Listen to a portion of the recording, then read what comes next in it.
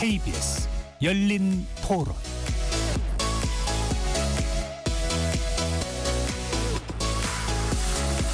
안녕하십니까. KBS 열린 토론 배종찬입니다. 오늘은 지적 호기심에 목마른 사람들을 위한 전방위 토크, 줄여서 치목전 토크로 진행합니다. 지난 월요일 대전의 한 초등학교에서는 8살 김하늘 양이 교사가 휘두르는 흉기에 목숨을 잃는 정말 일어나서는 안 될 참극이 발생했죠. 가해 교사는 질병휴직 이후 예상보다 빠르게 복직했으며 사건 며칠 전부터 폭력적인 행동을 보여 애초 막을 수 있었던 사건 아니었냐는 지적이 나옵니다. 첫 번째 지목전에서는 가장 안전해야 할 학교에서 발생한 안타까운 참극을 들여다보며 교육당국과 정치권이 논의 중인 하늘이법과 재발 방지에 대해 함께 고민하는 시간 가져보겠습니다. 두 번째 지목전에서는 세계 여러 나라의 노인 공통과제죠. 스마트폰, 소셜미디어 중독으로부터 아동, 청소년들을 구해줘라는 주제로 이어가겠습니다. KBS 열린 토론 지금부터 시작합니다. 치열한 토론 속에서 더 나은 세상을 찾아갑니다. 올바른 세상을 만드는 첫걸음. 평일 저녁 7시 20분 KBS 열린 토론.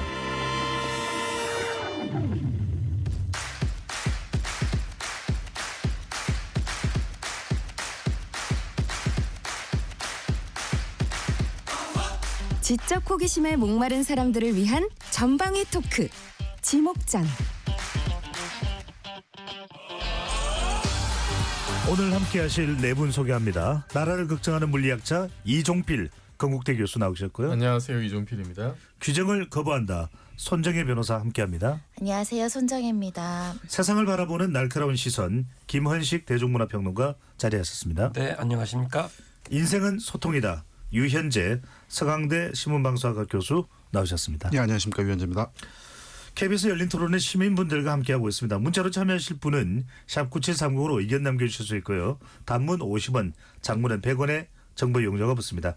KBS 모바일 콩과 유튜브를 통해서도 무료로 참여하실 수 있고요. KBS 1라디오의 모든 프로그램은 유튜브에서도 함께 할 수 있으니까요. 많이 들어와 주시고 구독 꾹 눌러주시고 좋아요도 많이 보내주시면 좋겠습니다. 오늘 고 김하늘 양의 발인식이 부모님과 시민들의 눈물 속에 진행됐습니다. 먼저 이 교수님께 여쭤보죠. 초등학생이 학교에서 교사에 의해 피살된 정말 믿기 어려운 참혹한 사건인데요. 개요를 좀 소개를 해주시면요. 예, 사건이 있었던 때가 지난 2월 10일, 그러니까 이번 주 월요일이죠. 며칠 안 됐는데요.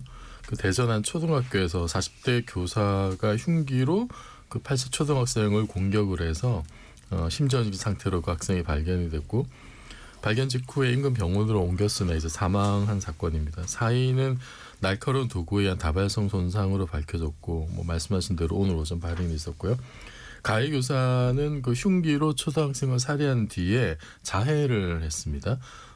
그래서 지금 병원에서 수술 마치고 건강 회복 중이라고 하고, 그래서 아마 그 경찰 수사나 이런 게 좀 늦어지는 것 같고요.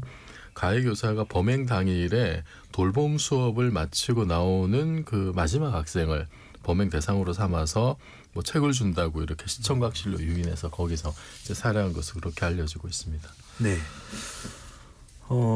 유 교수님, 학교에서 교사가 초등학교 1학년입니다. 흉기를 휘둘러 사망케 하는 전대미문의 사건이 벌어져서 우리 큰 충격을 주고 있습니다. 우리에게. 학교에서 돌봄을 받던 학생이 마지막 학생이 대상이 됐다는 부분이 학부모들에게는 더 충격적일 수밖에 없을 것 같은데요. 그 처음 사고 난 다음에 참 울컥하고 막 눈물도 나고 막 그랬다가, 그리고 너무너무 불쌍해서 막 그랬다가 또 이제 아마 저를 포함해서 초등학교 아마 애를 데리고 있는 부모들은 저를 포함해서 아마 이게 도대체 뭔가 그러고 난감했을 겁니다. 그리고 저희 애도 이렇게 보면은 돌봄 늘봄 이렇게 해서 지금 그럴 수밖에 없잖아요. 네. 대부분 또 맞벌이도 많고 또 그래서 또 시스템이 그렇게 갖춰져 있으니까, 그러면 저를 한번 이렇게 막 투영을 막 해본 거예요. 학교에서 항상 보면은 돌봄하고 이렇게 시간 기다렸다가 이렇게 하고 그러거든요. 그러니까 많은 학부모들이 그렇게 하고, 근데 기본적인 전제는 학교의 경계는 안전하다예요. 그러니까 학부모들은 항상 그 경계를 안 넘어가려고 하고 왜 그러냐면 왜 안전하니까 어차피 거기서 지켜질 거니까라고 하는데 그 원칙이 무너져서 이걸 도대체 그냥 한 사람의 뭔가 정말 치명적인 일탈로 보고 이렇게 할 것인가 아니면 네. 이 시스템을 전부 다 다듬어야 될 것인가에 대해서 좀 얘기가 심각하게 좀 나눠졌으면 하는 바람입니다. 네. 김원식 평론가께서는 어떻게 보셨는지요? 아마 교수님께서 말씀하신 것처럼 이제 학부모이거나 아니면 자녀가 있는 분들은 굉장히 놀라고 분노한 그런 사안이었고요. 또 두려움과 공포감이 있다고 보겠는데요.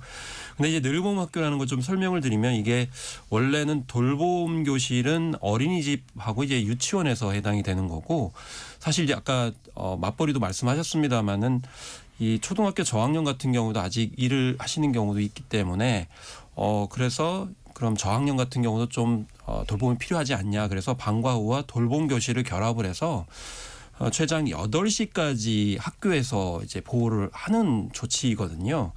그런데 이게 또 다음 달부터 확대를 하기로 했던 시책이거든요. 네. 그렇기 때문에 더 문제가 되고 있는데 다만 이제 현장에서 이제 요구하는 게 뭐냐면 뭐 교육부에서도 밝혔습니다마는 이게 편차가 있다고 합니다. 이제 학교마다 좀 달라가지고 1담임 1보조교사로 이제 한 명 한 명씩 관리를 해서 이제 임기하는 것까지 하는 학교가 있고 그렇지 않은 학교가 있고 특히 국공립 학교 중에 그렇지 않은 곳이 더 많다는 거예요. 그러니까 네. 사립초등학교가 더 안전한 그 현실이기 때문에 이런 점에서 좀 더 보완이 필요하지 않냐라는 지적까지 나오고 있어서 이런 부분이 해소가 안 되면 자녀를 둔 학부모님이나 여러분들이 굉장히 두려워하고 공포를 가질 수밖에 없을 것 같습니다. 네.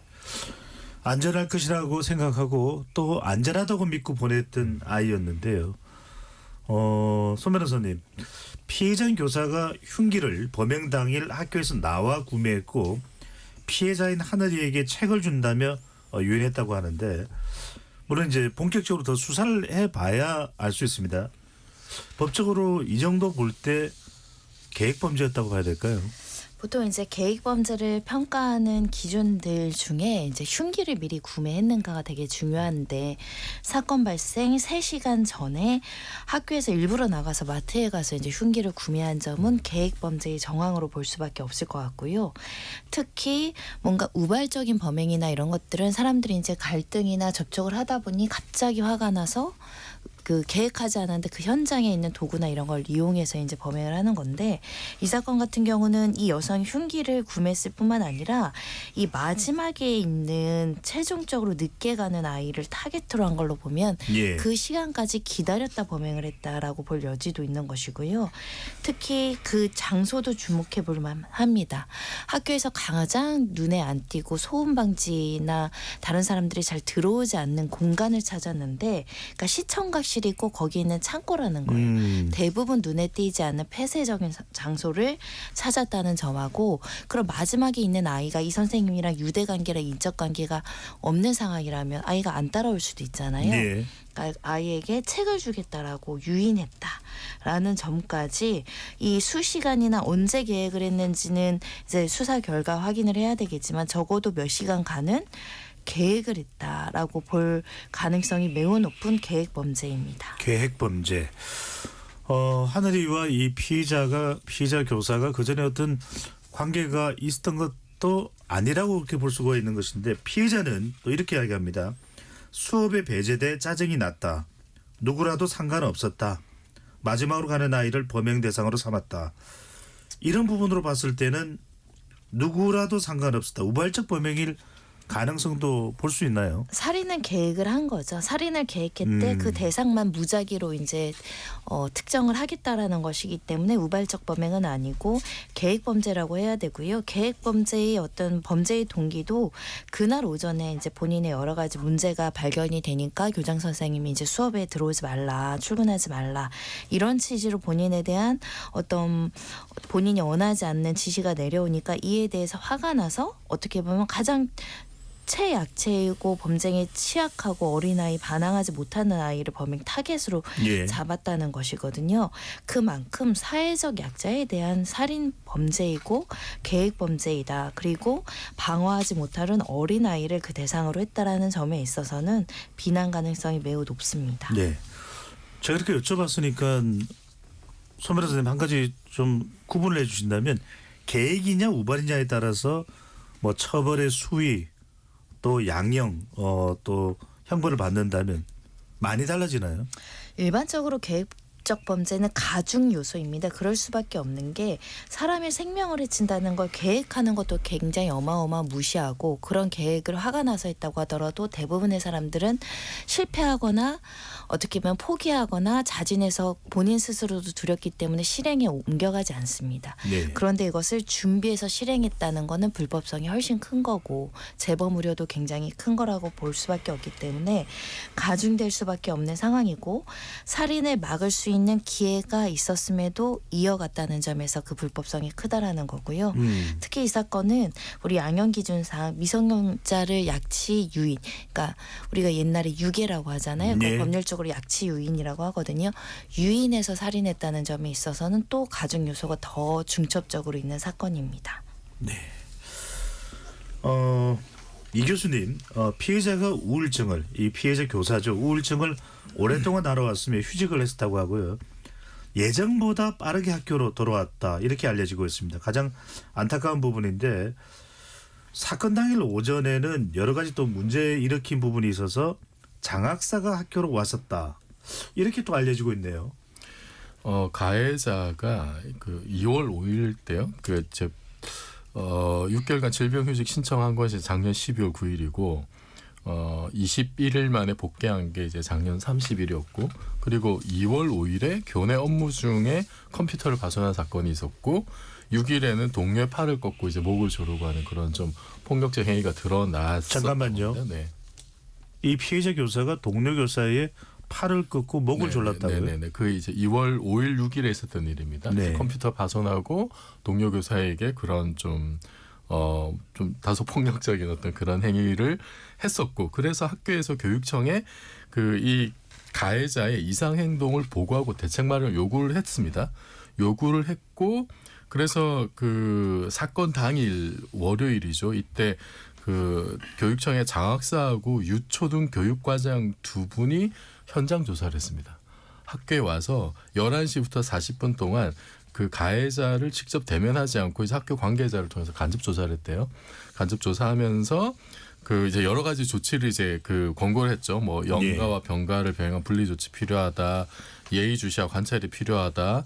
그리고 교장하고 교감한테 내일부터 출근하지 말라고 권유해라. 받아들이지 않으면 교장이 경고하는 것도 한 가지 방법이다. 요렇게 이제 면담을 했고 이 사실을 학교가 그 점심시간 직전에 그 가해 교사에게 교육청의 권고사항을 전달을 직접 했습니다. 예. 직접 했는데 그 이후에 이제 가해자가 점심시간을 이용해서 이제 외출을 한 거죠. 외출을 해서 2km 떨어진 곳에 차를 직접 몰고 가서 흉기를 구입해서 학교로 들어온 다음에 4시 30분쯤에 교감에게 퇴근 통보하고 교무실 나섰는데 그러고는 이제 학교 밖을 벗어난 게 아니라 그 돌봄 교실 그쪽으로 이제 범행 장소로 간 거죠. 그러니까 이게 뭔가 조치를 취한다고는 했는데 사각이 생긴 거죠. 사각이 생기고 좀 철저하지 않았던. 그래서 아마 그 제 짐작에는 설마 이 교사가 학생들의 해코지랄까 이런 안이한 생각을 했을 수도 있을 것 같아요.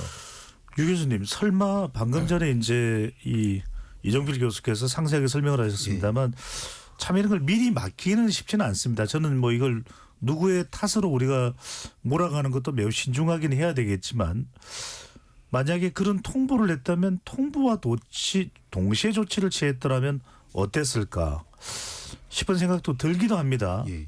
교수님 어떻게 보시는지요? 언론에 보도된 대로 보면 이제 그 피의자가 이제 얘기했다는 뭐 수업을 못해서 짜증난다 뭐 이런 게 이제 방금 교수님 말씀하신 거에서 나온 것 같아요. 그래서 이제 시스템 그다음에 매뉴얼이 있었던 것 같긴 합니다. 그래서 이게 신고가 들어갔고 장학사가 왔고 그다음에 이제 그 뭐 경찰에 신고하라라는 말도 나왔고 막 그랬는데 저는 그런 생각이 들어요. 그러니까 이게 무슨 사고가 터지고 막 그러면 그 관련 매뉴얼도 있고 그다음에 많은 부분 이게 일정 부분 뭔가 이렇게 유사한 매뉴얼까지는 있어요. 그런데 예.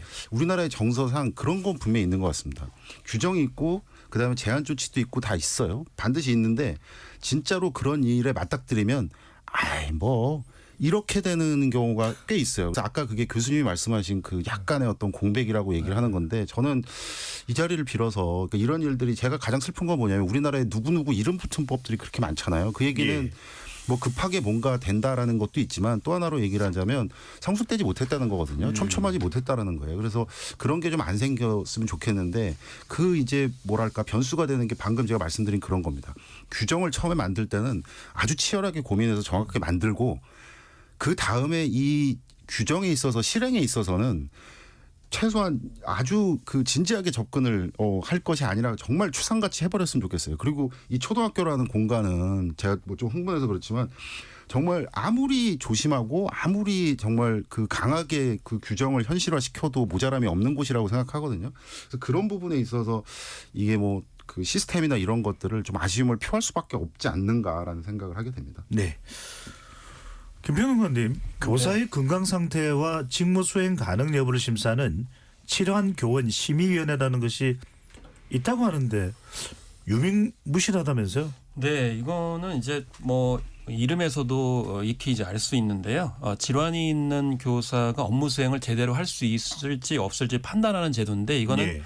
단위 학교에서 운영하는 게 아니고 시도 교육청 단위로 운영을 합니다. 그래서 여기에는 의료 전문가, 뭐 교사, 학부모 단체 대표 등이 참여를 하게 되는데 그런데 이게 유명무실하다라는 거죠. 예를 들면 대전시 교육청 같은 경우도 2021년에 단 한 차례도 열린 적이 없고 서울, 부산 등 뭐 다른 교육청도 마찬가지라는 건데 근데 중요한 거는 열려도 무용했을 것이다 이런 이제 가능성이 제기되는데 왜냐하면 교육공무원법 44조 휴직에 관련된 1항을 보면은 신체 건강상의 장애로 장기 요양이 필요할 때 임용권자 그러니까 교육감은 본인 의사와 상관없이 휴직을 명해야 된다라고 돼 있는데 예. 정신질환에 관련돼서는 명확한 근거가 없어요. 그러다 보니까 이게 유명무실된 부분도 있지 않느냐 이런 생각이 들어서 이제 교육부가 이 부분을 이제 보완하겠다 이렇게 밝혔고요. 그다음에 저는 여기 의료 전문가라고 돼 있는데 최근에 중증 외상센터라는 드라마가 있었지 않습니까? 네. 그런데 이 중증 외상의 그러니까 외상에 관련돼서도 여기 이제 뭐 병원에서 그 관련 예산이 삭제되는 바람에 뭐 폐쇄된다 이런 이제 얘기도 있었습니다만은 외상 전문의 같은 경우에도 외과 전공의 그러니까 일반외과나 신경외과가 수련을 바꿔서 전문의 자격증을 따야 돼요. 그리고 나서 갱신을 몇 년 안에 계속 해야 됩니다. 예. 이게 무슨 말씀이냐면 교육 현장에 관련돼서 과연 정신과 전문의가 간다고 했을 때 과연 판단할 수 있겠냐라는 부분이기 때문에 과연 이런 점에서도 좀 제도의 실질성을 좀 생각할 수가 있겠고 또 학생 참여는 없어요. 그래서 이번에 교육부가 학생 참여도 하겠다 이렇게 얘기를 하는데 교사들의 또 얘기는 또 다른 게 뭐냐면 왜 시도교육청이 이런 질환교원 심의위원회를 안 하느냐. 결국 일선 학교의 책임을 떠넘기기 위해서 열리지 않고 있다라는 현장 교사들의 이야기까지 있어서 좀 복합적으로 바라봐야 될 것 네. 같습니다. 뭐 우리가 뭐 한 가지만 기준으로 삼을 수는 없습니다. 이 교수님, 여러 면에서 뭐 교사로서의 업무를 온전히 할 수 없는 그런 상황이 있을 걸로 봅니다. 정신적으로나 또는 뭐 신체적으로 상당히 또 아픈 경우도 있을 수가 있고요. 그럼에도 불구하고 학교 입장에서 해당 교사를 가감하게 배제하기 그래 쉽지 않은 환경이 있나 봐요.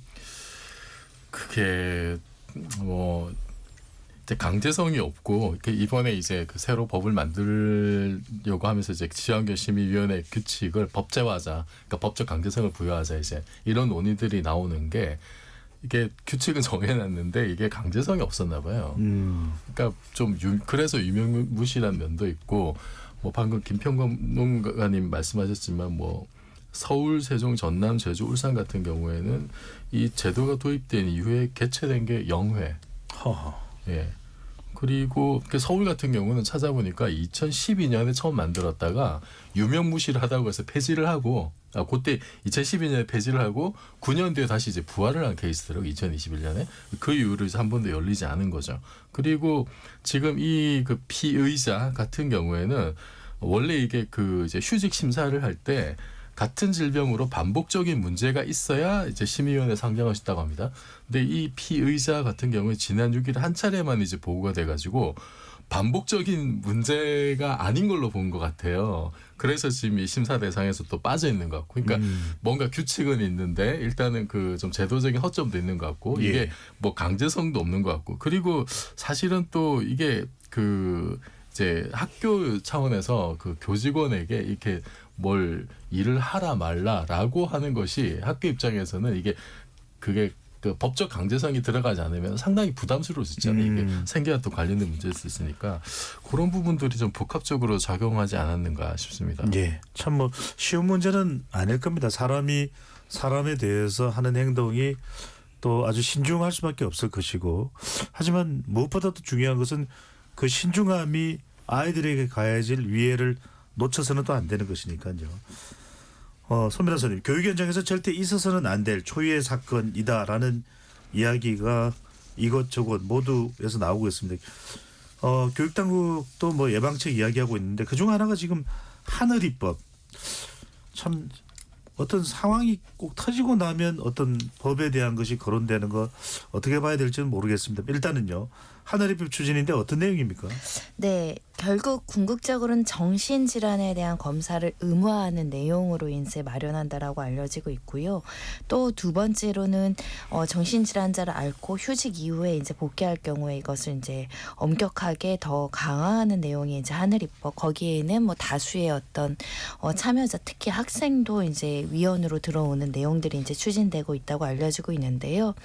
궁극적으로는 정신질환의 어떤 스펙트럼과 범위와 양상이 너무 다양하기 때문에 그리고 기존에는 정신과 전문의의 진단이나 소견이 나오면 그걸 이제 존중하는 방향으로 갔지만 이번 사건에서도 정신과 전문의의 진단이 있었으나 일상생활이 가능하다라는 그 전문 의견을 받아들여서 복귀를 했으나 거기에 오류가 있었던 것이거든요. 네. 그러니까 조금 더 촘촘하고 면밀하게 다수의 의견이나 또는 다수의 생활 반경에서 이 사람의 생활 패턴이나 회복 가능성이나 이걸 알고 있는 자들의 의견 개진을 많이 하는 절차를 거치도록 하는 것이 이제 이번에 강화된 내용들이 아닐까 생각이 드는데 우려의 목소리도 사실 나오고 있습니다. 왜냐하면 우리가 정신질환이 현대 사회에서 많은 질환으로 고통받고 있고 치료받고 있고 상담받고 있고 저도 좀 힘드신 분들한테 정신과 치료를 많이 권유하는 편이거든요. 네. 그럼 정신과 치료를 받고 정신과적 질환이 있다라고 해가지고 이렇게 이제 직업 수행의 자유를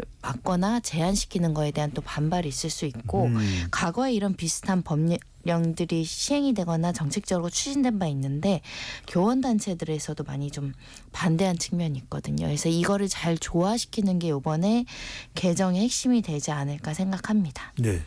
손미라 선생님, 그럼 이렇게 지금 일단은 하늘이법이 거론되고 있는데 이게 뭐 국회에서 논의가 되고 어느 순간에 통과를 검토하게 되는 겁니까? 그렇습니다. 지금 국민의힘 권영세 비상대책위원들도 이 정신건강 관련 종합관리 체계를 구축하겠다. 그리고 이 교원들이 불이익 없이 치료를 받을 수 있게 이제 이 정신과적 어떤 진료비나 이런 것들도 지원하는 정책이 나올 것으로 보이고 예. 이 교원 임용할 때, 그러니까 이 교사로 채용할 때 정신질환 검사를 의무적으로 받게 하겠다. 그리고 관련 증상이 발견되면 즉각 업무에서 배제하도록 하는 필요성에 대해서 이야기하고 있기 때문에 이 내용들을 담은 법률 개정안이 나올 것으로 보이고요. 특히 이제 목소리들이 나오는 것이 폭력성이 증대된 교원에 대해서 긴급 조치할 수 있는 방안 네. 이런 것들이 나오고 있는 상황이기 때문에 이주호 부총리 겸 교육부 장관 역시 비슷한 취지의 주장을 하고 있어서 개정안은 현재 나올 것으로 예상되는 상황입니다. 알겠습니다. 제발 실질적인 검토가 잘 차근히 이루어졌으면 하는 마음입니다. 김평동 의원님, 하늘이법과 함께 이제 교사의 정신건강과 관련된 조치, 늘봄처럼 늦은 시간까지 학교에 남아있는 학생들을 보호하기 위한 안전대책도 필요할 텐데 학생들이 안전사각지대에 놓이지 않도록 고려할 예방책 또 어떤 것들이 있을까요? 일단 이번에 앞서서 이제 손 변호사님께서도 말씀을 하셨습니다만은 시청각실 쪽에 이제 CCTV가 없었다고 그래요. 그러니까 의도적인 부분이 있는 거죠. 그러니까 CCTV가 없는 사각지대를 파악을 했고, 물론 이제 그러니까 소리가 들리지 않는 장소를 또 선택을 했는데, 그래서 물론 이제 CCTV를 설치를 하면 일정 정도의 범죄 예방 효과가 있다는 것이 뭐 많은 연구 결과를 통해서 이제 알려졌기 때문에, 그래서 CCTV를 어쨌든 간에 많이 설치하는 것, 이걸 이제 일단 이야기를 하고 있고요. 예. 또 이제 학교에 경찰관을 이제 배치하는 문제, 이 배치하는 문제도 이제 언급을 하고 있는데, 이런 부분에 있어서는 이제 일정 정도 필요하지만 교사들 입장에서 봤을 때는 좀 더 과도한 조치가 될 수 있다라고 해서 일부 교원단체에서는 이제 반대를 하고 있는 그런 상황이기도 합니다. 그래서 네. 그런 부분은 아마 이제 교사와 교사 단체들과 함께 좀 수기를 해야 되지 않을까 이렇게 생각이 들고요. 네. 그리고 이 아이보 애플리케이션 신규 설치가 지금 엄청나게 증가를 했습니다. 피해 학생의 부모님이 이제 해당 앱으로 자녀의 위치를 알 수 있었다라는 사실과 이런 것이 밝혀지게 되면서 지금 많은 학부모들이 자구책을 하고 있는 그런 상황인데요. 그렇지만 또 이것에 관련돼서도 교사들은 좀 반대 입장을 표명하는 경우가 있는데, 왜냐하면 이게 GPS를 통해 가지고 이제 위치를 파악할 수 있도록 자녀와 부모가 연동을 할 수 있는 거예요. 그런데 이번에 이제 사례를 통해서 알려졌던 것이 뭐냐면 소리가 다 들린다고 합니다. 그러니까 수업 시간에 무슨 이야기를 하는지 다 들리기 때문에 교사들 입장에서 봤을 때는 이 앱을 설치하는 것이 과연 적절하냐라는 이야기도 있고, 네. 또 개인적인 자구책을 또 말씀드리고 있습니다만은 이제 워치폰이라고 하는 또 관련 이런 이제 기능들이 있는 스마트폰을 지금 개인적으로 구매하는 경우도 생겨나고 있다고 하는데, 어쨌든 중요한 건 이 자구책도 중요하지만 공공적인 어떤 대책들이 필요한데, 한편으로는 이제 이런 얘기도 하시더라고요. 교원 수를 좀 많이 늘려야 된다. 왜냐하면 저출산 때문에 자꾸 학령 인구가 줄어드니까 교원이나 인력들을 축소하는데, 아니 이런 문제들이 생기는데 인력이 어쨌든 담당해야 될 부분이 많은데 무조건 축소를 하니까 업무가 더 과중되는 악순환이 벌어진다. 그래서 이 학생들을 이렇게 보호할 수 있는 인원을 늘리는 것도 이제 장기적인 대책일 것 같습니다. 네. 정말 제대로 검토가 충분히 될 필요가 있을 것으로 보입니다. 유 교수님, 사건 초기에는 이 피해자 교사가 앓고 있었다는 우울증이 이번 사건과 관련이 있는 게 아니냐 이런 시선도 있었지만, 전문가들은 별개다 이런 의견을 내놓고 있네요.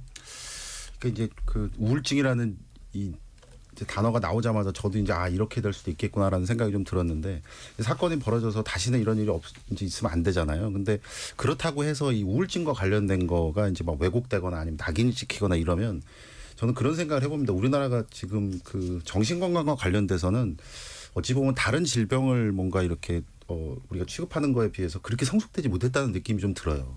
그래 놓으니까 요번에 어떤 이 사안도 먼 변수지만 그렇게 좀 됐다라고 생각을 하고요. 예를 들면 그 조사에 따르면 우울증 환자가, 그러니까 교사님 분들 사이에서도 늘어나고 있고 또 상대적으로 치료받는 분들도 꽤 있었대요. 꽤 있는데 만약에 우울증과 관련된 게 이게 잘못 또 이렇게 낚인 막 이렇게 해서 언론에 많이 또 보도가 되고 그러면 자칫 이렇게 좀 치료를 받거나 좀 적극적으로 하는 교사들이 또 그걸 꺼려하면 이제 또 어떻게 될 것이냐면 이런 것들인 거예요. 그래서 지금 정치권에서도 종합관리 체계를 구축하겠다라고 한 게 이제 그런 것 같고요. 정신건강과 관련돼서 당연히 뭐 이게 보면은 마음의 감기라고 하기도 하지 않습니까? 그럼 거기 당연히 가야 되고 막 그런 거라서 상관관계는 뭐 모르겠습니다. 그렇지만 인과관계가 있는 것처럼 언론도 좀 조심해 주셨으면 좋겠다라는 생각이 좀 들고요. 예. 사실은 범죄를 저지른 사람에 대해서 집중해서 뭔가 단죄하고 뭐 그래야 될 것 같고요. 그리고 또 한 가지 걱정되는 것은 이제 뭐 프로파일러도 다 얘기하고 좀 그랬습니다만은 이게 이제 심신미약이 될까 봐. 그래서 이게 아마 언론에 보도된 걸로 따지면 그 피의자가 얘기했다고 하거든요. 내가 우울증 치료를 받고 있다. 우울증 때문에 그랬다. 이제 이런 식으로 한 거죠. 어찌 네. 보면 굉장히 영악하게 또 이렇게 뭐 장치를 만든 게 아닌가라는 생각이 좀 들어서 그러면 안 되죠. 이게 제가 예전부터 좀 이게 왜 그럴까 법은 잘 모르겠지만 이게 서양에서 보면은 뭐랄까 가중 받을 수 있는 변수가 우리나라 보면 감경이 돼요. 예를 들어서 심신미약, 술, 그다음에 성, 그다음에 미성년 막 이런 거 보면 훨씬 더 중요한 어떤 죄가 돼야 되는데 이게 빠져나갈 경우가 많은 것 같아요. 그래서 우울증이 악용돼서도 안 되고 그렇다고 또 오인되거나 낙인이 돼서도 안 되고 그래서 이거에 대한 어떤 뭐랄까 저희가 이걸 좀 장치를 마련을 하는 것이 훨씬 더 좀 성숙돼야 된다라는 생각을 합니다. 말씀하신 김에 이종필 교수께도 여쭤보죠. 이렇게 우울증, 심신미약이 거론되는 부분 어떻게 보시는지요? 너무 손쉽게 한두 가지 요소로 그 이 극단적인 현상을 설명하려는 것은 저는 바람직하지 않다고 봐요. 뭐 저는 이제 이 분야 전문가가 아닙니다만 전문가가 아닐 때는 전문가들의 얘기를 여러 가지 보는 게 제일 합리적인 방법이거든요. 다수의 전문가가 하는 이야기가 우울증 환자들이 그러니까 자해를 하거나 뭐 이제 자살을 하는 경우는 있어도 타인에 대한 공격성과 폭력성을 동반한 사례는 매우 드물다라고 하는 것이 뭐 이쪽 뭐 정신의학 하는 분들의 공통적인 의견인 것 같아요. 그래서 이게 사실은 그 부정적인 낙인 효과를 찍어서 그 정말 중요한 거는 뭐 처벌이나 이런 것도 예방도 중요하지만 그 정신 질환을 앓고 있는 교사들을 얼마나 적극적으로 치료하느냐 이게 또 굉장히 중요하거든요. 예. 지금 준비하고 있는 하늘입법에도 이 부분이 좀 강조되고 있는 걸로 알고 있는데 이건 굉장히 중요하다. 그리고 뭐 제가 이렇게 사선으로 들은 이야기는 학교 선생님들 뭐 이렇게 얘기를 들어보면은 뭐 예를 들어서 그 입시 경쟁이 굉장히 치열한 학교. 예, 그 유명한 학교들, 뭐 이제 좋은 대학에 많이 보내는 유명한 학교이고 경쟁이 치열할수록 그 학교의 선생님과 심지어 학생들도 우울증 치료 받는 경우가 굉장히 많다고 합니다. 예, 이거는 그냥 뭐 개인적인 사례로 제가 들은 이야기입니다만 그 사람들이 전부 다 학교에서 칼부림하거나 이런 거 아니거든요. 예. 뭐 오히려 그 사람들은 그런 스트레스가 우울증을 유발하는 여러 가지 요소들이 있기 때문에 보호되고 이제 뭐 적극적으로 치료를 유도하는 쪽으로 사실은 가야 되지 않느냐. 그리고 사실은 또 이제 뭐 이제 우울증만 그런 문제인 것인지 아니면은 이게 우울증 말고 다른 요소, 다른 질병 뭐 조현병 같은 거 있는지 아니면 또 보니까 조현 정동 장애라는 게 있대요. 조현병하고 우울증이 혼재돼서 나타나는 경우. 그리고 이제 또 옛날에 조울증이라고 했었죠. 요새는 양극성 장애라고 얘기를 하던데 조증과 우울증이 함께 오는. 그 단지 그냥 한 가지 어떤 증세를 가지고 지금 이 극단적인 이 사건을 그렇게 너무나 쉽게 이렇게 설명하는 것은 굉장히 무리한 일이고 저는 그래서 지금 이 피의자가 지금 뭐 회복되고 있다고 하니까 이 사람에 대해서 경찰 수사뿐만 아니라 그 의료 전문가들도 좀 더 면밀하게 이 사람의 뭐 어떤 병력이나 이런 것까지 좀 철저하게 종합적으로 좀 이거를 좀 밝혀봐야 되지 않을까 싶습니다. 손 변호사님 바로 이 부분입니다. 지금 이제 피해자 교사가 자해를 해서 뭐 회복 중에 있다고 하는데 수사기관이 본격적으로 수사 들어가면 범행 동기 원인 좀 더 명확하게 밝혀질 수 있을까요?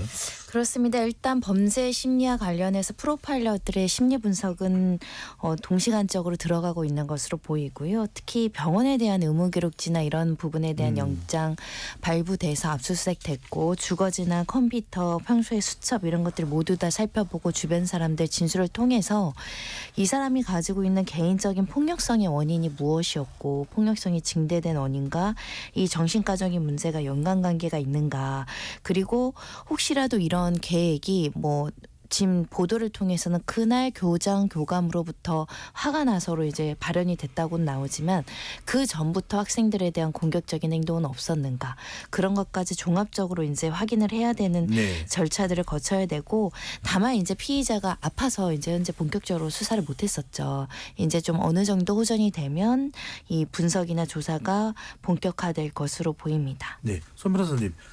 앞서 이제 유현지 교수나 이종필 교수가 언급했던 부분인데 짧게 여쭤보면 이 하늘이 아버지께서 사건 초기에 뭐 이야기를 했다고 하는데 심신미약이 피해자 교사의 심신미약 관련이 반영될 여지가 있습니까? 심신미약 감경 주장은 100% 변호인 입장에서 할 것으로 보입니다. 다만 재판부가 감경해 줄 것인가의 문제인데 아까 말씀드린 것처럼 미성년자 약주인이기 때문에 양형 기준이 굉장히 높습니다.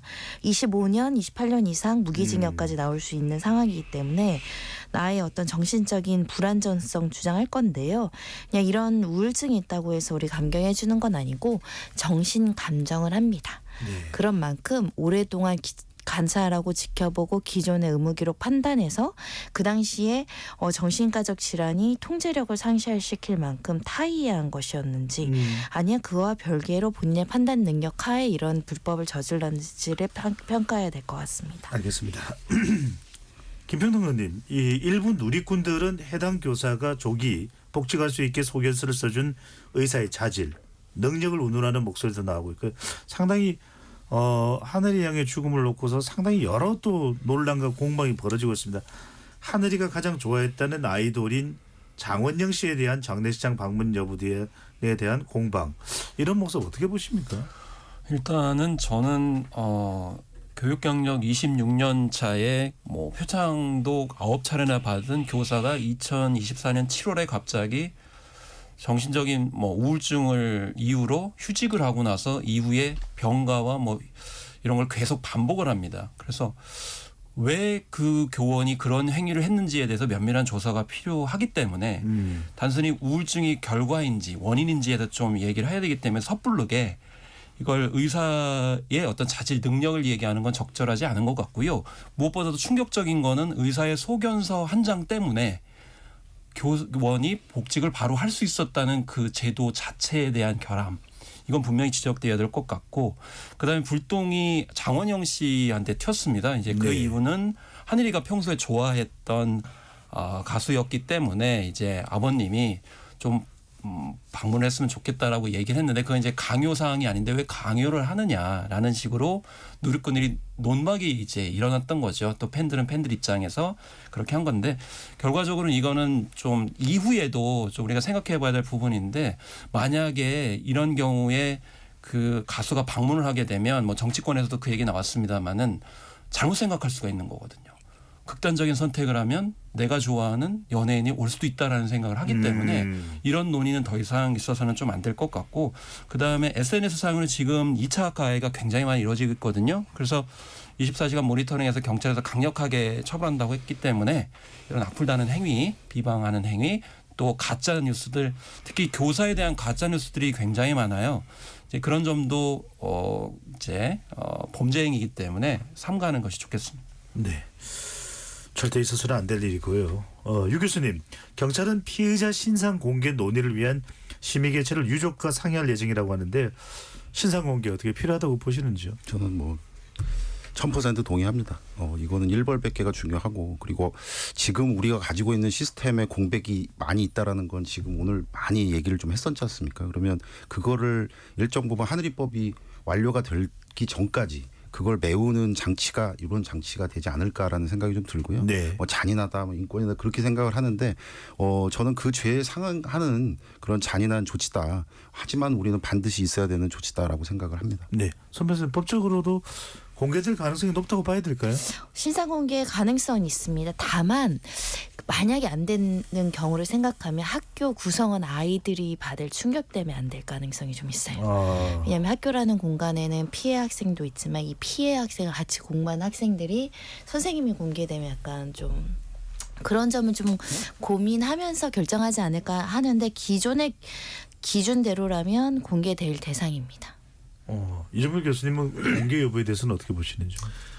이 기준을 보니까 범행 수단이 잔인하고 중대한 피해가 발생했거나 그 죄를 범했다고 믿을 만한 충분한 증거가 있을 때 뭐 국민의 알 권리, 피의자 재범 방지 및 범죄 예방, 또 공공의 이익을 위해서 필요한 조건 갖출 때라고 돼 있어요.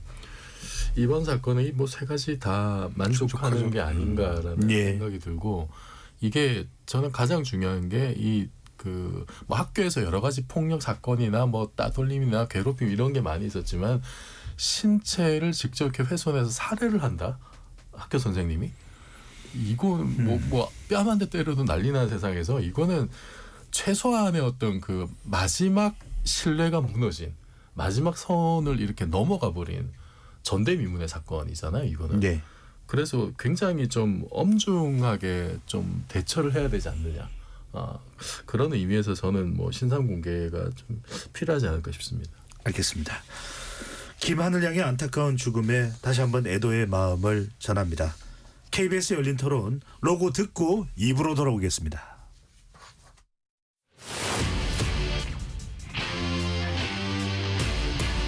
토론에 정답은 없습니다. 토론이 세상을 바꿀 수도 없습니다.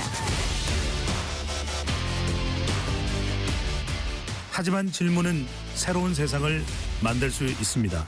질문으로 올바른 세상을 만드는 첫걸음. KBS 열린 토론.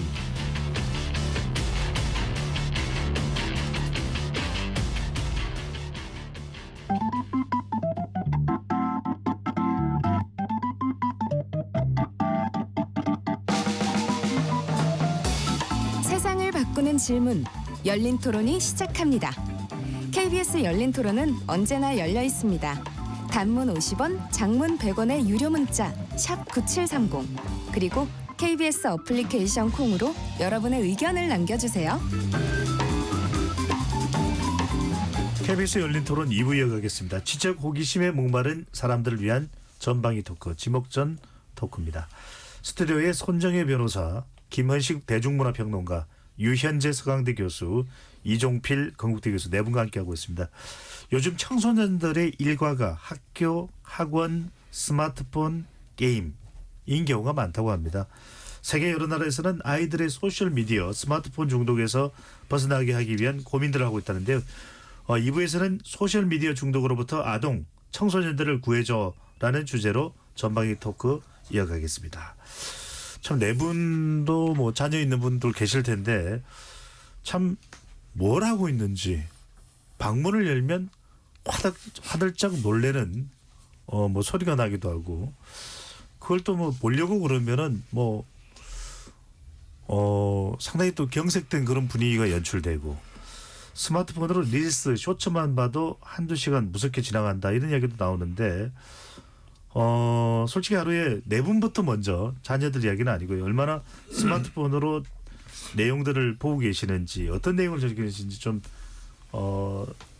솔직하게 허심탄회하게 말씀을 해주신다면 먼저 이 교수님부터. 저는 그 옛날에 이제 스마트폰 나오고 막 그럴 때 트위터 처음 시작할 때부터 이제 트위터를 하다가 지금 X로 바뀌었죠. 예.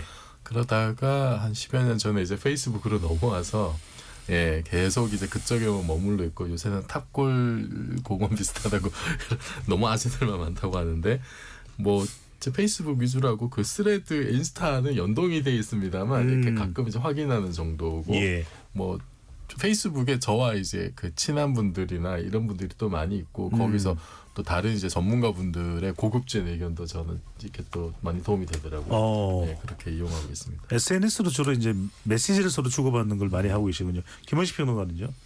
사실 뭐 이번 시간이 SNS이기 때문에 저도 스마트폰 같은 경우는 SNS를 주로 하는데 많이 활용을 해요. 태블릿은 주로 뭐 영화라든지 드라마라든지 이제 컨텐츠를 보는데 활용을 하고요. 근데 그래도 교수님께서는 그래도 다른 사람 글을 보시는군요.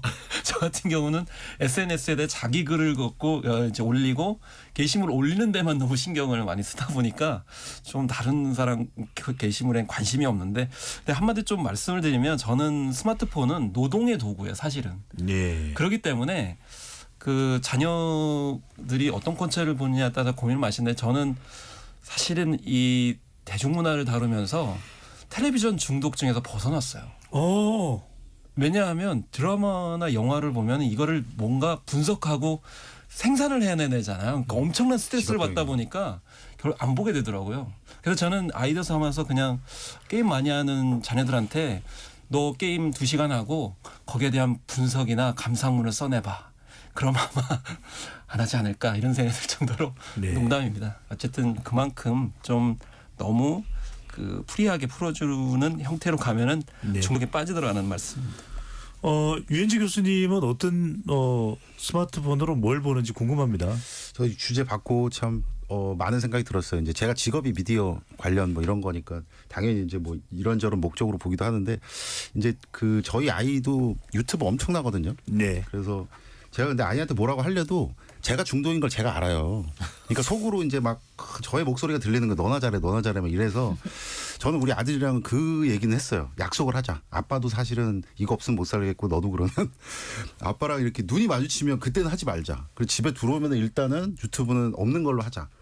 그랬더니 막 정적이 막 이렇게 다가오긴 하더라고요. 근데 저는 그 생각은 듭니다. 이게 일정 부분 오늘 뭐 청소년 위주로 얘기는 하는데 아마 청소년만이 아닐 것 같아요. 그러니까 저도 이렇게 가끔가다 이렇게 뜨잖아요. 보면은 뭐 요번 달에 얼마를 더 사용하셨습니까? 그러면 계속해서 이게 막 늘어나는 걸 보이거든요. 그러니까 뭐 어쩔 때는 막 진짜 손난로가 진짜 막 뜨거울 때도 있고 막 그래서 일정 부분 이게 이게 성인이 된다 그래서 모든 게 다 이게 뭐가 자제가 있거나 그런 건 아니구나. 계속해서 도파민과 관련된 욕이 있구나라고 해서 네. 좀 회개합니다. 그렇군요. 손 변호사님은요? 저는 SNS에 중독 안 되려고 자구책이 한 번씩 있었는데 예. 한두 번씩 폭파합니다. 네. 계정을 무슨 말씀입니까? 폭파한다. 네네네. 그래서 벌써 한 인스타는 세 번째 극단적인? 계정이 거예요. 그러니까 뭐 팔로워 수도 많이 안 되고 그냥 지인들이랑 소소하게 하는 정도니까 요런 거 보는 거 그래서 시간이 안 되는데 네. 이제 저는 막 뉴스 프로그램도 많이 나가고 하니까 다방면에 이제 뉴스나 각종의 가입된 카페나 왜 대형 커뮤니티들 제목들을 이제 쑥 봅니다. 그래서 그런데 이제 저녁에 와서 시간이 나면 그런 것들 좀 보고 네. 릴스, 쇼츠, 유튜브는 잘 안 보는데 드라마를 봅니다. OTT 이런 걸로 좀 시간을 쓰는 것 같아요. 그러니까 결국은 낮에는 핸드폰을 업무 많이 하고 남는 시간은 핸드폰하고 네. 같이 있는 상황은 똑같습니다. 알겠습니다. 저한테는 뭐 물어봐 주시는데 저는 뭐 스마트폰으로 뭘 보냐고 물어보면 KBS 열린 토론 원고를 보고 있습니다. 네. 자기 방송을 보시는군요. 네. 바깥에 두 분 PD님은 전혀 못 믿겠다는. 네. 알겠습니다. 빨리 진행하겠습니다. 유 교수님, 최근 튀르키예가 청소년의 SNS 과몰입 방지를 위해서 청소년 사용을 제재하는 규제를 시행할 계획이라면서요. 예. 이게 사실 뭐 미국 뉴욕주에서 이런 일이 있었다 그래가지고 놀랐는데 튀르키예가 또 이 비슷한 정책을 시행한다고 하네요. SNS 과몰입 방지를 위해서 청소년 사용 제재 규제 시행한다고 했고요. 그리고 이제 이름이 좀 어렵긴 한데 우랄로울루 교통부 장관이 이제 튀르키예에서는 요게 이제 주무장관이신가 봐요. 예. 이 국영 방송을 통해서 올해부터 16세 미만 아동의 소셜 미디어 이용을 제한하는 규정을 시행하겠다. 이거 굉장히 어찌 보면 극단적이고 어찌 보면 굉장히 적극적인 어떤 정책이라고 볼 수 있고요. 장관은 어린이와 청소년을 보호해야 한다. 튀르키예는 세계에서 5번째로 SNS를 가장 많이 사용하는 나라다. 그러니까 인구 뭐 이런 거를 아마 비례로 아마 산출을 한 것 같고요. 글로벌 조사업체 스태티스타에 따르면 튀르키예는 인스타그램 이용자가 5,700만 명이다. 그래서 인도, 미국, 브라질, 인도네시아에 이어서 세계 5위고 그래서 아마 좀 절박했던 것 같고요. SNS 과이용에 따른 우려가 사회적으로 불거지면서 지난해 8월 한시적으로 인스타그램 접속 차단 조치를 시행하기도 했는데 이번에 이제 확대하는 것 같습니다. 그렇군요. 예, SNS 접속 제한 규제를 13세 미만, 16세 미만 이렇게 이제 연령대로 해서 전략적으로 또 차등해서 이제 적용할 걸로 하고 정했고요. 네. 대통령 에르도안 대통령 있지 않습니까? 사회에 전염병처럼 확산한 스크린 중독을 해결하는 것이 최우선이다. SNS에 대한 더 엄격한 감독과 이용 연령 제한 등 다양한 규제를 검토하고 있다라고 해서 튀르키예 뭐 얘기를 좀 이렇게 했습니다만 아마 우리나라도 지금 입법 발의된 걸로 알고 있고 뉴욕도 그렇고 또 프랑스도 그렇고 이게 약간 세계적인 트렌드 같아요. 약간 전략들은 조금씩 다르지만요. 네. 뭐 튀르키예 이야기를 하고 있습니다만 방금 전에 이 통계 내용을 보면은 인스타그램 전 세계 이용자 순위에 인구가 그렇게 많은 또 중국은 또 포함이 안 된다는 것도 상당히 좀 주목해 볼 내용이네요. 이 교수님, 어른들도 이런 스마트폰 중독에서 벗어나기 쉽지 않다고 하는데 아동들 청소년들은 더 심할 것 같아요. 중독 때문에 상담센터 찾는 나이 점점 더 어려지고 있다면서요. 2023년 10월 달에 국회에서 이제 신현영 의원에게 보고된 자료가 있어요. 한국지능정보사회진흥원에서 나온 자료라고 하는데 스마트 쉼 센터라고 하는 데가 있습니다. 여기서 스마트폰 과의존 상담 건수 이게 5만 6천 건을 넘었는데 2018년 대비해서 28% 증가한 거예요. 그런데 지난 5년간 그때 시점으로 지난 5년간 상담 건수를 보면은 10대 청소년이 62%로 압도적인 1위. 그다음에 2위가 이제 10대 이하인데 13%입니다. 여기서 제가 좀 놀라웠던 게 2018년 대비해서 10대 상담 건수가 28.9% 증가했는데 10대 이하 어린이의 경우 133% 증가합니다. 와. 133% 증가. 그러니까 전체 평균이 28% 증가했는데 10대 이하는 133% 증가했다는 거. 그 다음에 또 놀라운 게 10대 이하 여자 어린이. 예. 여자 어린이는 210% 증가합니다. 이게 상당히 좀 뭔가 시사하는 바가 있는 것 같아요, 그죠? 네. 이게 평균하고 굉장히 다른 어떤 증가 요인이 있다면 우리가 이 요인을 살펴보고 좀 대책을 고민해봐야 될 수준이 아닐까라는 생각이 좀 드는 주제예요. 손 변호사님, 제가 정확하게 몰랐었는데 이건 뭐 각 가정마다 다를 수 있는데 보통 아이들은 몇 살부터 스마트폰을 가지게 됩니까? 이게 되게 논란인데요. 엄마들 사이에서도 몇 살 때 사주는 게 적정한지에 논란이 있는데 이런 논의와 전혀 상관없이 한 반에 누가 스마트폰 생기면 우후죽순 엄마 나도 사줘, 엄마 나도 사줘, 생일 선물로 사줘 이렇게 돼버리니까요. 예. 사실상 스마트폰이 그 주어지는 연령이 계속 낮아지죠. 예전에는 제 주변 평균적으로 한 3, 4학년. 저희도 첫째 때 4학년쯤 사줬던 것 같거든요. 그 애들 폰에서 이제 스마트폰을 넘어가는 거. 근데 지금은 초 1, 2까지 많이들 스마트폰 사는 것 같아요. 자, 변호사님, 그래서 스마트폰 SNS가 또 청소년을 대상으로 하는 범죄가 많아지고 새로운 유형의 범죄가 발생한다 이런 분석도 나오는데 어떤 범죄 유형 혹시 뭐 이런 사건들을 다루면서 보신 적이 있으신지요? 모든 일상이 스마트폰과 관련되지 않을 수밖에 없기 때문에 아동 청소년 대상으로 범죄하는 것 중에 가장 대표적인 게 성범죄, 성착취물, 음란물 제작, 그리고 음란물을 보내놓고 그 음란물과 관련한 각종의 협박들은 다 SNS를 통해서 익명 계정이라든가 게임 계정이라든가 아이들이 가는 뭐 특별한 어떤 그 공간들이 있거든요. 그런 곳에서 이루어진다고 보셔야 될 것 같고요. 얼마 전에 사회적으로 굉장히 논란이 된 게 딥페이크죠. 딥페이크도 결국은 이제 익명 채택방이나 이런 거를 통해서 우후죽순 퍼지는 것이기 때문에 굉장히 그 광범위한 이제 피해나 또는 가해가 이루어져 있다라고 보셔야 될 것 같고 특히 이제 미성년 도박도 큰 문제입니다. 이게 이제 단순히 스마트폰 게임을 한다라고 들어가서 현실 머니가 아니라 그냥 게임 머니로 시작한 도박이 실제 도박과 유사한 사이트에 유인돼서 도박과 관련한 모집책이 되는 미성년자들도 굉장히 많이 본 상황이고 특히 이렇게 게임을 하다 보면은 성인들이 미성년인 것처럼 가장에서 게임 계정에 들어와서 미성년자를 이용하는 사건들도 되게 많거든요. 그러니까 마치 내가 초등학교 5학년인 척 들어왔지만 초등학교 5학년에 어떤 신체 사진을 받는다거나 이 아이와 이상한 얘기를 주고받다가 이 아이에게 욕설을 유도한 다음에 그 욕설을 캡처해서 고소한다고 한다던가 이렇게 이제 협박을 해서 그 협박을 통해서 또 성착취물을 얻어낸다던가 이런 각종의 어떤 범죄는 익명을 전제로 하는 SNS 들어갔다 나왔다 빠르게 퍼지는 SNS가 중점이 되고 있습니다. 네, 김평동관님, 아동 청소년을 대상으로 스마트폰과 이제 심신 변화를 조사한 결과에 따르면 스마트폰 고위험군 아이들은 신체, 정신적으로도 부정적인 영향을 받는다면서요? 네, 그렇습니다. 이거는 시사인이 초록우산과 협업해가지고 아동 청소년 스마트폰 기반 생활 현황 조사에서 나타났는데요. 응답 아동 절반 가까이가 6세 미만의 디지털 기기를 접했고요. 그다음에 고위험군 아동의 경우는 3세 미만부터 노출된 경우가 20%에 이르렀습니다. 여기서 고위험군은 뭐냐면은 스마트폰에 대한 의존도 때문에 통제력을 상실을 해가지고 이 대인관계나 건강, 일상생활에서 문제를 일으키는 그런 사람들을 고위험군이라고 얘기를 하거든요.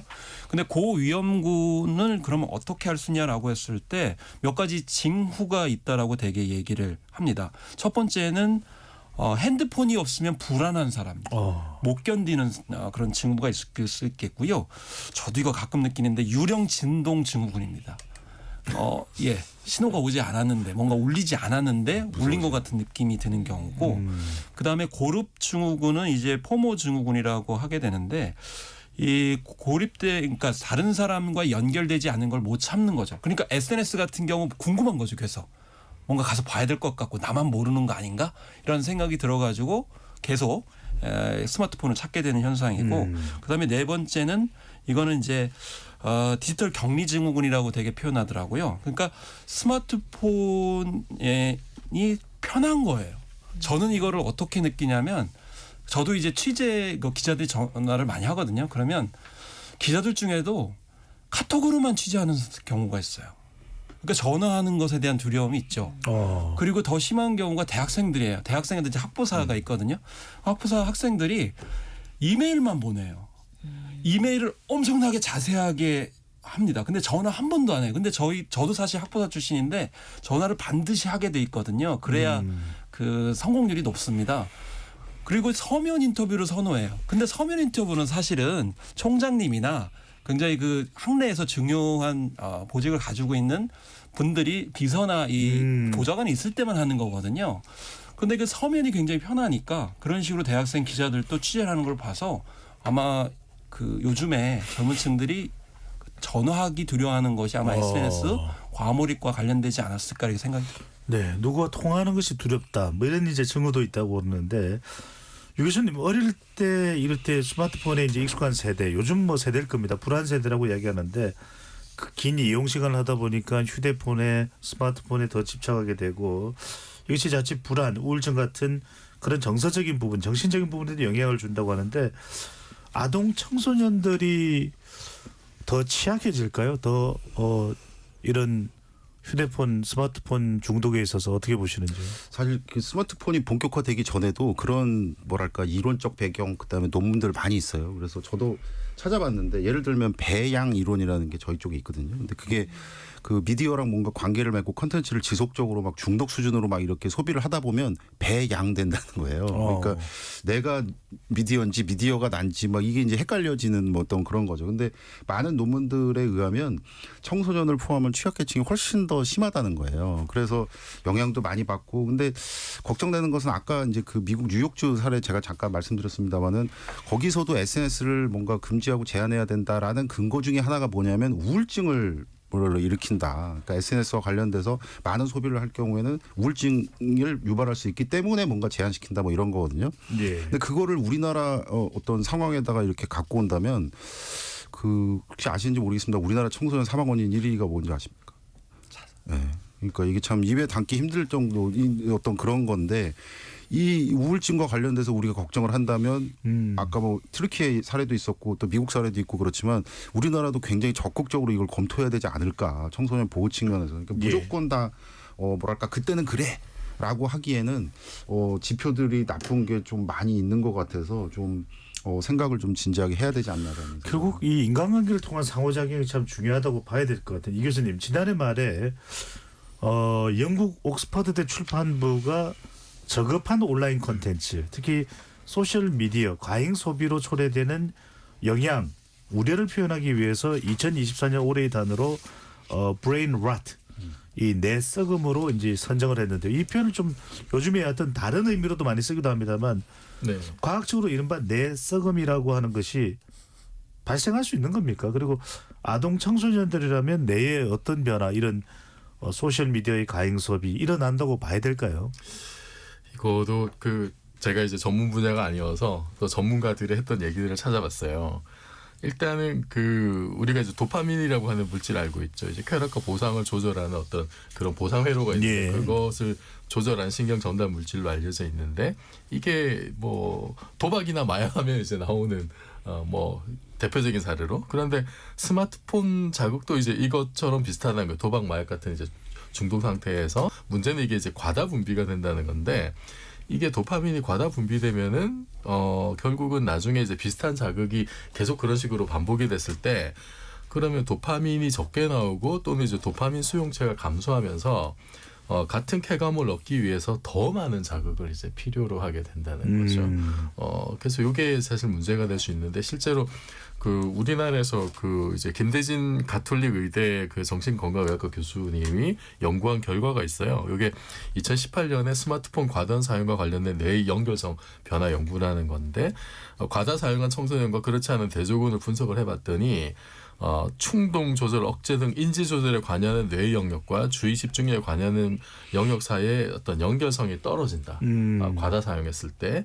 그래서 청소년들이 집중력이 떨어지고 충동 조절, 행동 조절이 안 되는 이유가 이 때문이지 않느냐라는 얘기가 있었고 미국에서도 비슷한 연구 결과가 있었는데 뭐 그 UC 샌디에이고 연구진이 9세에서 13 미국 어린이 4,500명 대상으로 연구한 결과 보면은 이제 MRI 분석을 했는데 디지털 기기를 하루 7시간 이상 사용한 일부 어린이는 그렇지 않은 어린이에 비해서 대뇌 피질 두께가 얇다.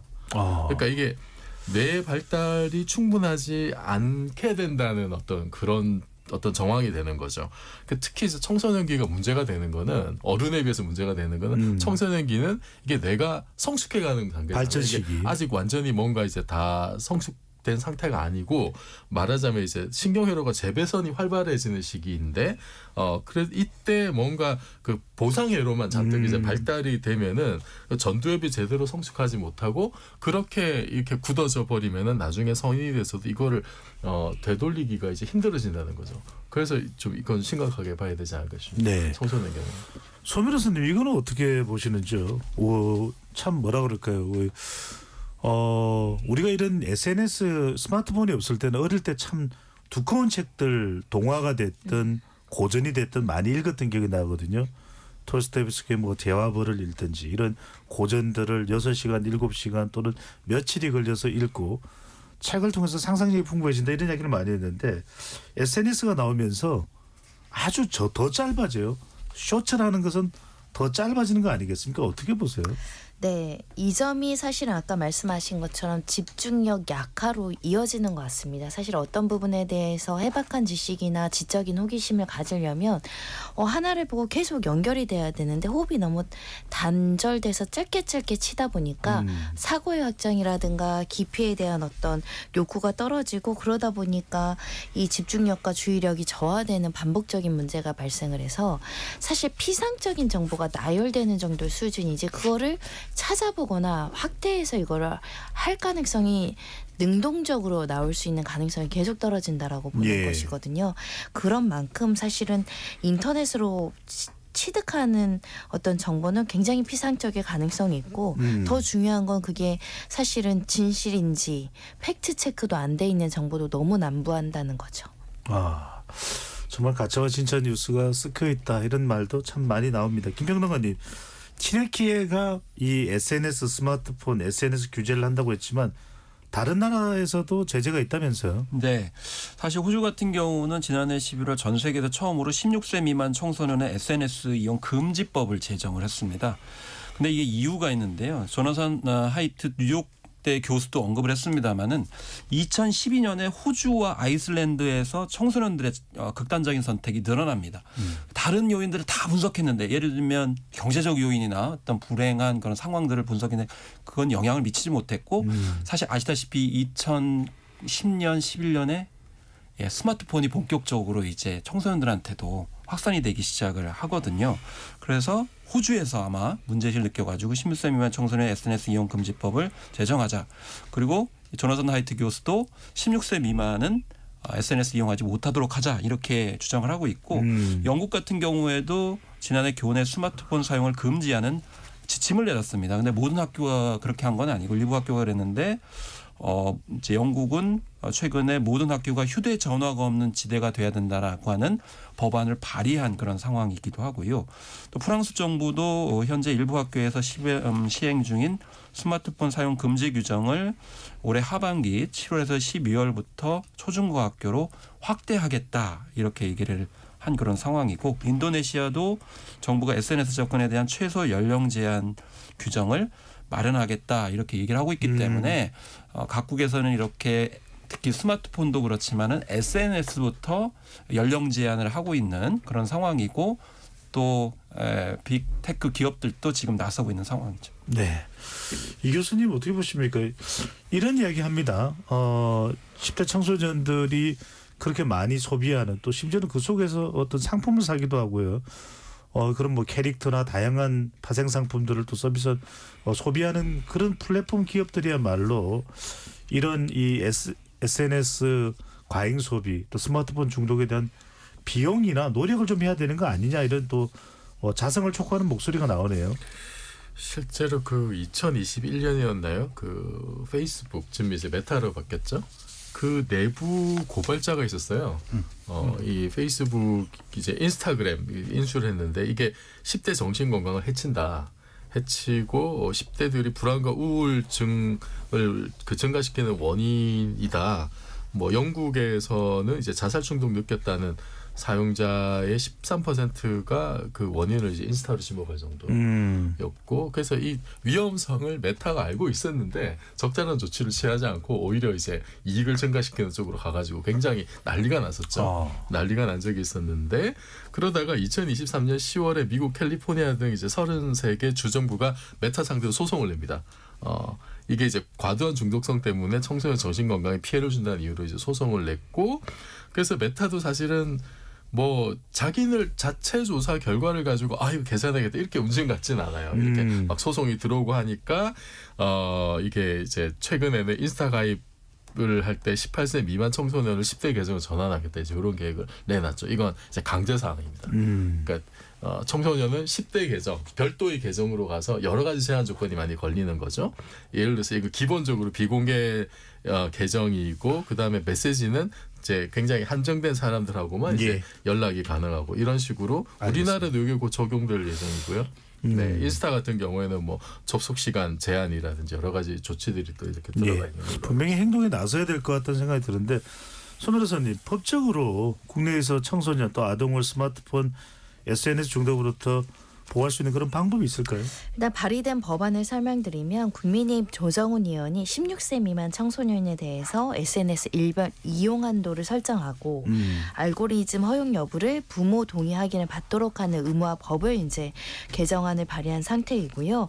또 초중등 교육법을 개정을 해서 교내 스마트폰 사용 금지를 이제 발의한 상황인데 사실 현재도 학교 들어갈 때 스마트폰 반납하고 끝날 때 받아오는 게 일반적이긴 합니다.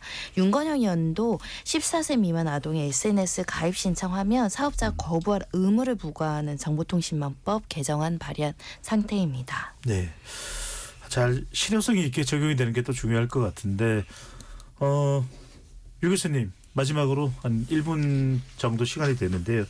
스마트폰에서 뭐 완전히 벗어날 수는 없을 겁니다. 조화가 중요할 텐데 우리 아이들 또 청소년들이 사이버 세상이지만 잘 좀 균형감 있게 또 이것을 잘 활용할 수도 있고 또 중독되지는 않게 뭔가 좀 슬기로운 방법이 있을까요? 제가 그때 이제 뭐 SNS가 막 많이 있고 막 그렇진 않았는데 제 박사학위 논문이 약간 이거랑 비슷한 거였어요. 그래서 그때는 이제 뭐 인터넷 중독 막 이런 거였죠. 근데 그때 제가 썼던 걸 오늘 한번 찾아보니까 어찌 보면은 그냥 일반적일 수도 있는데 연령별로 조금 다르게 접근해야 되겠다. 그러니까 아까 말씀하셨던 것처럼 이제 규제나 이런 것들은 당연히 마련이 돼야 되는데 예를 들면 초등학생 같은 경우엔 그때만 해도 개입이 됩니다. 그때만 해도 개입이 돼서 아무것도 아닌 것 같지만 초등학생 붙잡고 요건 요렇고 요건 요렇고 요건 요러니까라고 해서 부모님이 계속해서 개입하면 이건 분명히 달라진다라고 그 제가 논문에서 좀 보고를 드렸고요. 그다음에 두 번째 중등학교는 학교입니다. 학교에서 뭔가 이 선생님이 되거나 아니면 그 뭐 규정이 되거나 이런 걸로 개입이 돼야 되고 세 번째 고등학생들 넘어가면 이제 규제법 이런 걸로 아까 우리가 얘기했던 것처럼 SNS 알고리즘과 관련해서 몇 시간은 되고 안 되고 막 이런 것들 탄탄히 좀 챙겨야 되지 않을까라는 생각을 해봅니다. 네, 우리 모두가 이 중요성을 또 놓치지 말아야 될 것 같고요. 시간을 그냥 보내서는 안 될 것으로 보입니다. 다 같이 함께하는 노력이 필요해 보입니다. KBS 열린 토론 지목전 토크 오늘 마무리하겠습니다. 네 분 토론 고맙습니다. 고맙습니다. 감사합니다. 지금까지 KBS 열린 토론 배종